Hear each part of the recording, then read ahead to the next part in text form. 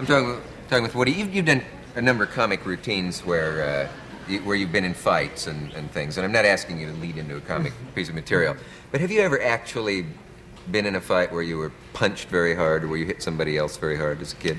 I've been punched hard. My nose was broken in a fight when I was about 13 years old, and you can't see it so well, but you could feel it if you came up here. I got a big bump in my nose up here because the kid, we were fighting about, we were playing football, and we were fighting about where the ball should be placed, like on the 20-yard line or the 30-yard line, and I was in favor of the 20, and the 30s won.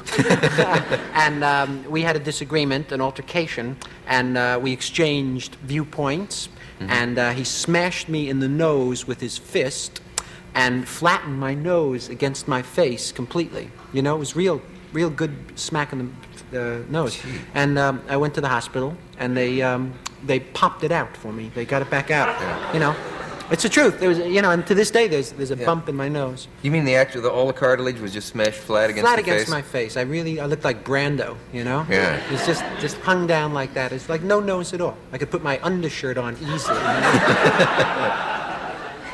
The facts in this story are true, although there are people who think you No, I'm not made kidding. that. It's funny, I can never tell a story, and people think that I'm always kidding around. Last time you were on, you told that story about the lady whose terrace you live above, and how some rubber snakes that you had to frighten pigeons fell down on the terrace and frightened the old lady, and people thought that was such an original routine, whereas in fact... It actually happened, and it happens to you all the time. When I came out here before to play the clarinet, I was serious, and I started to play, and then everybody laughs because they think I'm kidding. So then my natural comic instincts go with it, and I turn it into a masterpiece of comic satire. But that's what happens to me. Every time I try and do something serious, people laugh at me, which would be a problem if I tried to do a serious movie ever, and I would like to do one sometime. I'd like to make a movie where I was real serious in it, but I have a feeling that people would come in, and as soon as they saw me on the screen, they would start to laugh. Yeah. Unless I made a comedy and wanted them to laugh, then they would come in and then get that wave of apathy from the audience. Yeah. Do your relatives find you amusing? Your mother and father, your grandfather? Do you have grandparents living? Yes, I have. No, not living. Oh, not living. No. It's funny because I have this picture of him, but no, he's not living. But he was living at one time. Your grandfather. Do you remember him clearly? I remember him because of an incident that occurred before he died. Do I have a minute to tell this? Sure. Yeah. My grandfather lived in New York and was, quite old when he died. And when in his older age, he bought an insurance policy, which is difficult to get when you're older. And the guys, this fly-by-night company that sold him the policy, it was a real sucker policy. I mean, it was just a real fake company. And so one day he was on Central Park West. He was over at the Museum of Natural History. And he was standing down there in the rotunda. And I don't know if you know this or not, but at the Museum of Natural History, there's an enormous stuffed whale on chains hanging from the ceiling. They have natural exhibitions. So the chain broke, the whale fell, and hit him. So he put in for insurance. And he claimed that he was hit by a falling whale on 81st Street and Central Park West. And it turns out that's the one thing he's covered for. Oh, what a man led a charmed life. Yeah. He's not with us any longer. Yeah. But your parents, they find you funny, I expect. My parents, all right, so. I don't kill them. I mean, they're not my biggest fans. Yeah. They can take me in small doses. I see.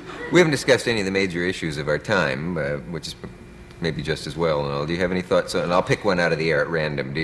What about the constantly raging argument about legalizing marijuana?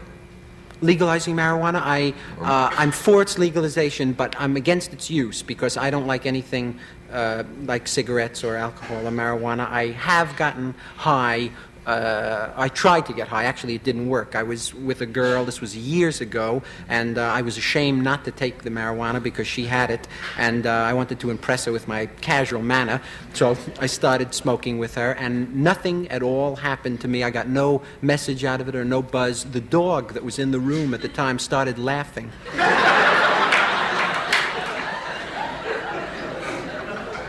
Amazing. Yeah.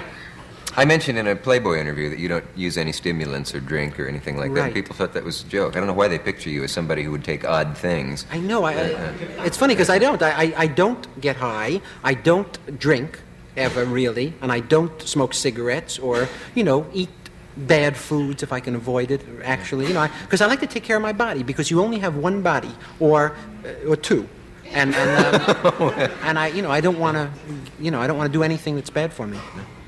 And yours is one of the wonders of the modern age. Yes. Thank you. You're welcome. We have a message from our local stations. We'll be back. There it is. We've been caught. Were we saying anything unprintable? I hope not. No. But this has been fun. Thank you for coming. Oh, and it was a pleasure. giving us this section of your life, this I'm going slice to of your do life. 90 minutes on the CBS show 60 Minutes in a little while. What are you going to talk extremely fast? Yes. I'm cramming it over. So, well, if there's anything left over, bring it over here, and we'll use it. And thank you for being here, Oh, Mr. A. And we'll see you tomorrow thank you. night. If you're watching.